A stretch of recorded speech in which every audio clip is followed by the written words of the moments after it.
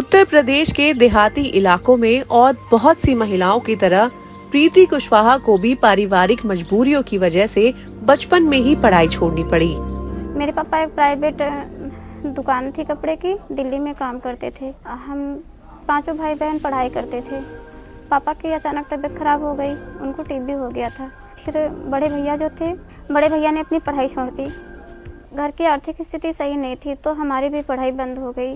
हम खुद ही समझ गए थे कि 3 भाई बहन और हमारे पढ़ रहे हैं, मम्मी के पास नहीं हो पाता था पैसा, पापा का इलाज भी करवाना था। तो मम्मी ने कहा बेटी अब आपको बंद कर दें तो छोटे भाई बहन उनका भी पढ़ाई हो पाए।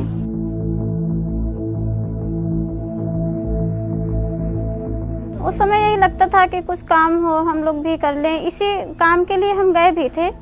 एक जगह बोरी जो आती है प्लास्टिक की बोरी, चीनी वानी की जो बोरी होती है, गए भी थे वहाँ काम करने के लिए कि देखें कुछ काम मिल जाए। तो मशीन थी हमारे घर में, तो सिलाई मशीन से हम सोचते थे कि लाओ हम बोरी ले आए, बोरी के थैले बना के दें। फिर गए भी थे, लाए थे, 1 रुपये मिलता था एक थैले का, लाए भी थे हम थैले। हम और एक छोटा भाई हमारा पढ़ाई करता था, उसके बाद आते दोनों लोग मिलके थैले भी सिलते थे।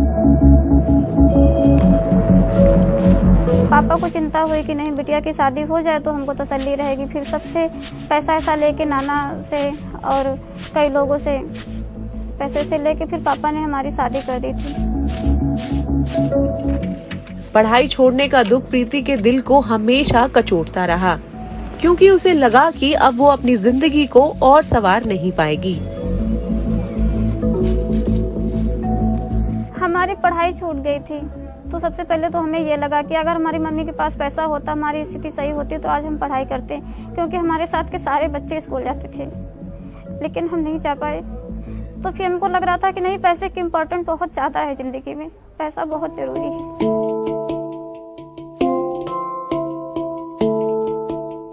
खर्च उठाना तो मुश्किल था ही, अर्निंग अच्छी थी नहीं।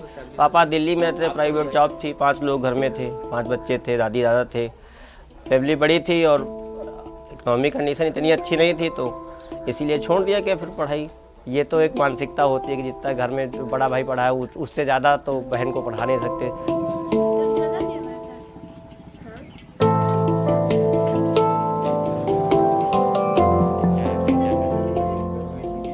शादी है तो शादी के लिए भी शिक्षा और पैसा चाहिए। अच्छे घर में शादी करनी है तो अच्छे घर में जब कोई देखेगा उसकी आर्थिक स्थिति, उसके पास पैसा हो तो उसके लिए भी तो पैसा चाहिए। दहेज देने के लिए पैसा चाहिए, उसके लिए भी शिक्षित लड़की चाहिए। कोई यही देख के तो करेगा शादी।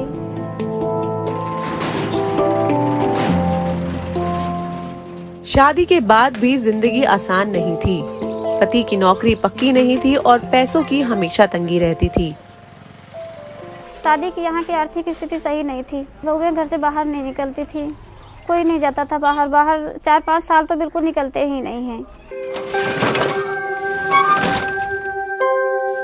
प्रीति कुछ ऐसा करना चाहती थी जिससे उनके परिवार की माली मदद हो सके, ताकि बच्चों का भविष्य भी सुरक्षित रहे।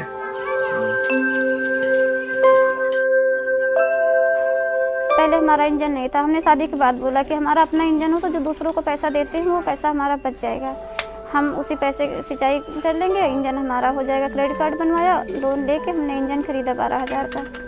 इंजन खरीदने में छोटा वाला इंजन खरीदा था, तो अपने खेत भी सींचते थे, दूसरों को भी पानी देने लगे हम। फिर 2011 में उनके गांव में एक NGO आया जिसने उन्हें बताया कि वो कपड़ों की सिलाई सीखकर गांव में दूसरी महिलाओं को भी सिखा सकती हैं। प्रीति ने ये मौका अपने हाथ से जाने नहीं दिया, जो उषा इंटरनेशनल उन्नाव में उनके गांव तक लाया था। ये जो कि उषा के सौजन्य से हम लोग काम कर रहे हैं, उषा इंटरनेशनल के साथ जुड़ के इस काम को कर रहे हैं। ये महिलाओं को रोजगार प्रदान करने का एक कार्यक्रम है, ये महिलाओं के सशक्तिकरण का कार्यक्रम है। क्योंकि मेरा मानना ये है कि जब एम्पावरमेंट के लिए कुछ चीज़ें चाहिए होती हैं, उसके लिए थोड़ा हाथ में पैसा होना जो है किसी भी व्यक्ति को एम्पावर करता है। महिलाएं हमेशा से काम बहुत करती रही हैं, लेकिन उनको कभी पैसे के रूप में उसका रिटर्न नहीं मिला। और दूसरी बात यह है कि उनकी जो चार दीवारी थी, वो जो उनका कौशल था, जो उनकी योग्यता थी, उनका समर्पण था, एक चार दीवारी के अंदर हमेशा कैद रहा। उषा इंटरनेशनल ने महिला सशक्तिकरण और स्थानीय उद्यमियों और रोजगार को बढ़ावा देकर समाज का भला करने की कोशिश की है। उन्नाव जिले में सिलाई का प्रशिक्षण 20 महिलाओं की पहली खेप के साथ शुरू हुआ।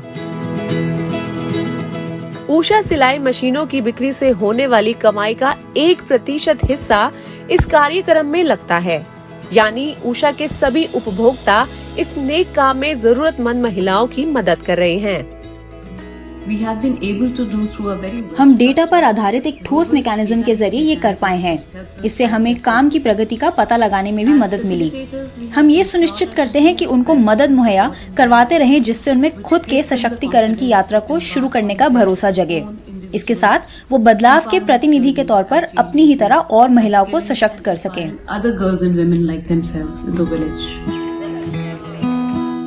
कार्यक्रम शुरू करने से पहले ये बहुत जरूरी था कि वहाँ के लोगों का भरोसा जीता जाए, क्योंकि शुरुआत में लोग उनसे जुड़ने में हिचक रहे थे। बहुत चुनौती थी, क्योंकि शुरू में लोगों को विश्वास नहीं होता था। लोगों को ये नहीं लगता था कि ये इतना सीख सकती हैं। वो तो कहती थी इसे तो सुई भी पकड़नी नहीं आती है, ये तो अपने फटे कपड़े भी नहीं सिल पाती हैं, तो कौन से ये सिल पाएंगे। तो पहले शुरू में मजाक जैसा लोग उड़ाते थे। जब प्रीति के परिवार को पता चला कि उसे 7 दिन तक घर से दूर रहकर ट्रेनिंग करनी पड़ेगी, तो उन्होंने मना कर दिया। ट्रेनिंग के लिए मना कर दिया कि रोज क्या सोचेंगे। करीब 20 महिलाओं की मीटिंग हुई थी। सबसे कहा ब्रजेश सर ने कि कोई ट्रेनिंग करने जाना चाहता है तो 8 दिन की ट्रेनिंग होगी, कोई जा सकता है। लेकिन सब ने मना कर दिया, पूरे गाँव से कोई नहीं तैयार हुआ। हम चले आए, फिर 15 दिन का टाइम मांगा हमने कि अभी कहने लगे भी 15 दिन का टाइम है, आप समझ लो। कई लोगों को बुलाया, हमने कहा कि आप समझाइए। सास भी मना कर दिया। सास तो बिल्कुल ही मेरी कह रही थी नहीं, आप बाहर जाओगी तो अच्छा नहीं लगेगा, सब लोग यही कहेंगे कि देखो अभी 8 दिन वहाँ रुकना। फिर लोगों ने समझाया कि कोई बात नहीं। हमने भी हस्बैंड से कहा, हमने कहा जब सरकारी नौकरी करती हैं लड़कियाँ तब भी तो जाती हैं ट्रेनिंग करने के लिए, अब हम सरकारी नौकरी करते हो तो क्या आप मना कर देते हैं। प्रीति को आखिरकार वो मौका मिल ही गया जिसकी उसे हमेशा से तलाश थी, और अगर ये हाथ से निकल जाता तो शायद जिंदगी में ये मौका दोबारा नहीं मिलता।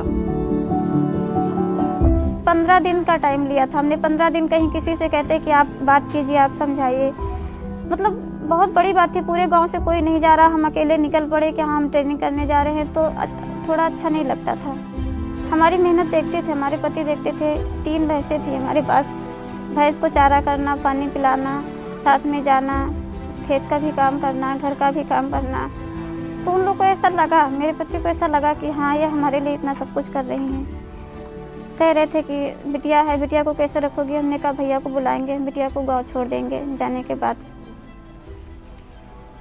फिर मान गए, कहने लगे ठीक है। प्रीति को इजाजत मिल ही गई। शादीशुदा औरत को काम के लिए हफ्ते भर घर से दूर रहने की बात शहर वालों को भले बड़ी बात ना लगे, लेकिन उत्तर प्रदेश के गांव में ये किसी क्रांति से कम नहीं थी। ट्रेनिंग तो 8 दिन की थी, लेकिन पूरा 10-10, 12-12 घंटे, 14-14 घंटे काम करते रहो, सीखते रहो, तो काफी नॉलेज हो गया था, काफी आ गया था हमको। कुछ और भी महिलाएं थी जिनको थोड़ा बहुत आता भी था। कोई किसी से पूछ रहा, कोई किसी से पूछ रहा था। आपस में पूछ के काम हम लोग करते थे। 11-11, 10-10 बज जाता था। लाइट की भी व्यवस्था थी, वो गेस्ट हाउस था, वहाँ पे लाइट की भी व्यवस्था थी, सब कुछ था, तो कोई दिक्कत नहीं थी। खाना पीना सब बंद किया जाता था, बस सिलाई पे ही ध्यान देना था हमको। सिलाई कढ़ाई की हफ्ते भर ट्रेनिंग के बाद प्रीति सिलाई की मशीन और सिलाई बोर्ड के साथ अपने गांव लौट आई। अब वो अपने गांव में सिलाई का पहला स्कूल शुरू करने के लिए तैयार थी। तो उम्मीद तो कह रहे हैं ना कि हमारी जो टीचर हैं, हम सत नमन कर रहे हैं, उनका बहुत बहुत धन्यवाद कर रहे हैं। उम्मीद तो उन्होंने ही हमारे अंदर जगा दी।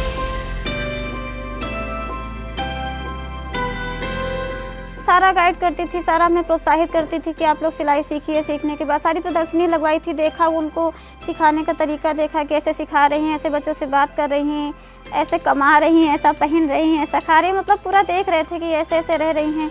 तो अपने अंदर भी लगता था कि हाँ नहीं ज़्यादा तो थोड़ा तो कर सकते हैं। लेकिन प्रीति ने पाया कि कामयाबी मिलना आसान नहीं।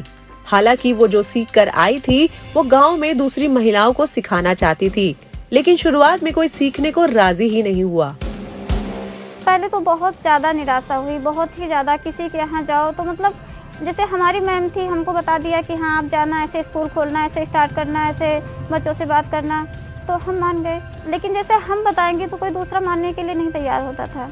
उसको तो यही लगता था कि 8 दिन के ट्रेनिंग सीख के आई तो मास्टर बन गई, यहाँ आई हैं दादागिरी दिखाने के लिए, करने के लिए, वो करने के लिए, हमको समझाने आई हैं।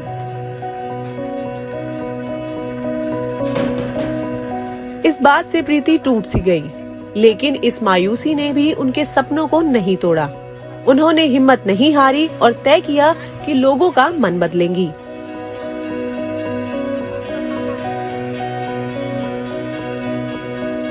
वापस आओ तो बहुत निराशा होती है, बहुत मन टूटता है कि हम क्या कहें, मतलब शब्द ही नहीं मिलता हमको कि हम क्या कहें, कैसे समझाएं लोगों को। कभी कभी बहुत उलझन होती थी कि सब कुछ बंद कर दें, जो जैसा था वैसे ही करें, वैसे ही रहें।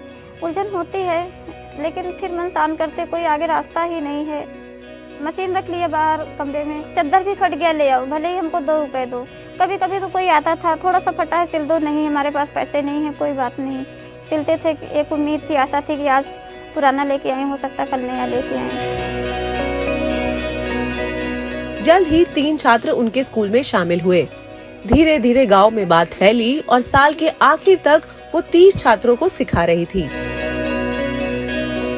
ये प्रीति मैम को देख के हमने सोचा था कि हम भी प्रीति मैम के जैसे सिलाई सीख लेंगे, ऐसे हम भी स्कूल खोलेंगे, हम भी अपने बच्चे मतलब स्कूल में करेंगे, सिलाई सिखाएंगे। लेकिन प्रीति का सफर सिलाई स्कूल में ही खत्म नहीं हुआ। उन्होंने अपनी अधूरी इच्छा को पूरा करने की ठानी। उन्होंने अपनी छूटी हुई पढ़ाई को पूरा किया। शिक्षा हर जगह पूछी जाती। जब 10 महिलाएं इकट्ठा हुई, वहाँ ट्रेनिंग हुई, ट्रेनिंग में 10 महिलाएं इकट्ठा हुई, आप क्या करती हैं, आप क्या करती हैं, आपकी क्या शिक्षा है, आप क्या, तो थोड़ा मन में आता था कि हम भी पढ़ लें थोड़ा सा।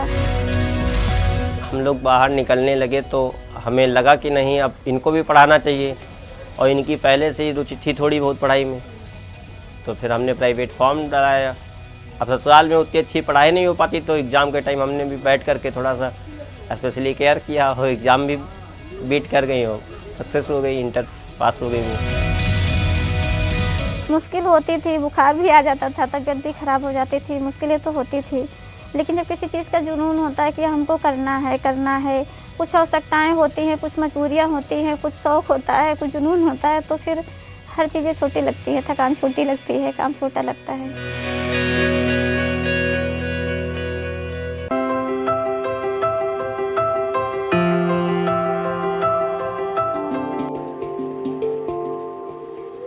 शुरुआती संघर्ष के बाद अब प्रीति ट्रेनिंग देने में माहिर हो चुकी है। बहुत सारे हमने काम करने की कोशिश की, किसी में सफल हुए तो किसी में असफल हुए, फिर दूसरा काम शुरू किया, फिर इसी तरह करते करते कॉस्मेटिक की दुकान में भी बैठते थे। फिर धीरे धीरे जब हमारा वहाँ स्कूल हो गया, स्कूल हमारा अच्छा चलने लगा, कोरोना की वजह से भी बंद हो गया था। मेरे पति भी काम करते थे, हम भी काम करते थे। धीरे धीरे ईश्वर ने हमें सफलता दी, आगे हम बढ़ते गए और बच्चों को अपने अच्छे स्कूल में पढ़ाया। हमारे 2 बच्चे हैं, दोनों प्राइवेट स्कूल में पढ़ रहे हैं।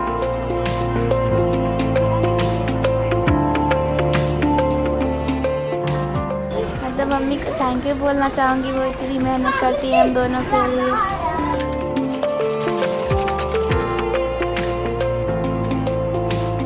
वो सिलाई का काम भी करती हैं, घर का काम भी करती हैं। ये तकिया में स्कूल खोला था, वहाँ पर भी जाती थी। उषा ने प्रीति को कामयाबी और इज्जत की जिंदगी ही नहीं बल्कि कुछ नायाब तजुर्बों से भी माला माल किया। हम उषा को धन्यवाद करते हैं कि हमें पहली बार गोवा जैसी जगह जाने का मौका मिला। कभी नहीं निकले थे। पहली बार हम जब ट्रेनिंग लखनऊ करने गए थे, पहली बार ही लखनऊ गए थे हम। फिर चेन्नई भी गए थे, पिछली बार 26 जनवरी को चेन्नई गए थे। चेन्नई भी फ्लाइट से ही गए थे। तो जब गोवा गए थे तो हमें फ्लाइट है, कहीं मिस ना हो जाए, कहीं हम छूट ना जाएं, तो हम 3 बजे रात को ही उठ गए थे। अच्छी शादी वही है जहां आपका साथी आपके बदलाव और विकास को बढ़ावा दे। हमारी मेहनत का भी योगदान है। मेरे पति ने भी मुझे बहुत मदद की है। कहीं भी आना जाना हुआ साथ लेके जाना, अकेले नहीं जा सकते थे हम। एहसास ये है हमको कि हाँ, हम बाहर निकले हैं। अगर मेरे पति रोक देते तो मेरा घर टूट जाता। अच्छा लगता है कि हाँ कुछ कर रही हैं, कुछ लोग कहते हैं कि हाँ ठीक कर रही हैं, क्योंकि गांव की बहुत सी लड़कियाँ, कम से कम गांव में अगर सिलाई जितने भी बच्चे सीखे हैं तो सब इन्हीं की देन है। लेकिन वो जिस तरह से अपने परिवार और गांव वालों के लिए मिसाल बनी है, उस पर उन्हें सबसे ज्यादा नाज है। जी, हमने 400-500 लड़कियों को तो गांव में सिखाया है। इसके बाद हम बाहर की लड़कियों को, गांव की 400-500 लड़कियों को कम से कम सिखाया है। बाहर लड़कियां हैं, बाहर कम से कम हजारों बच्चों को हम सिलाई सिखा चुके हैं। सिलाई स्कूल भी खुला चुके, दूर दूर तक सिलाई स्कूल खुलाई। संस्था काम कर रही है। पहले ऐसा था जिस गांव में, इसी गांव में आज से कई साल पहले तो लड़कियों को भेजने को तैयार नहीं होते थे। अभी इस गांव में काफ़ी जागरूकता हो गई। अब यहाँ पे लड़कियों को अगर कहे तो 5 किलोमीटर पढ़ने जाना है तो जाती हैं। पहले यहाँ पर बिल्कुल लड़कियों को पढ़ाना नहीं पसंद करते थे।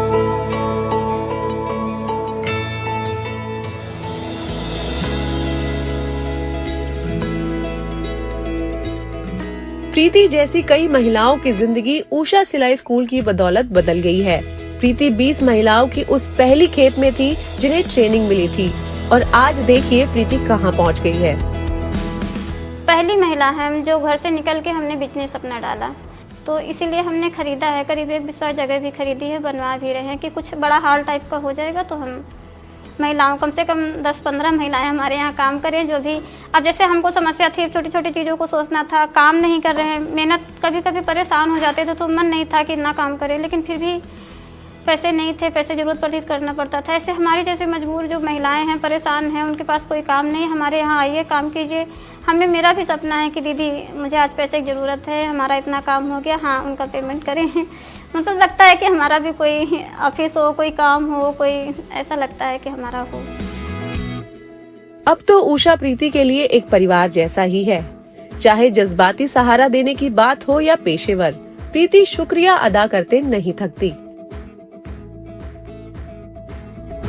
सबसे पहले तो अपनी सभी टीचरों को हम धन्यवाद करना चाहते हैं, जो इन्होंने आज भी हमारी जो कानपुर में टीचर हैं हमारे, उनको हम धन्यवाद करना चाहते हैं। बहुत बहुत दिल से धन्यवाद करते हैं कि हमेशा हर जगह पर हमारा सहयोग किया।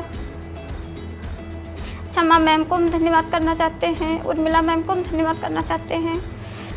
कानपुर में हमारी मैमें आज भी कहती हैं कि कोई चीज़ की ज़रूरत हो बेटा, आप खुद फ़ोन करके हमसे बात करते हैं, हमारा सहयोग किया। हम अब सबसे पहले तो अपनी टीचरों को हम धन्यवाद करना चाहते हैं जिन्होंने हमें इतना सहयोग दिया।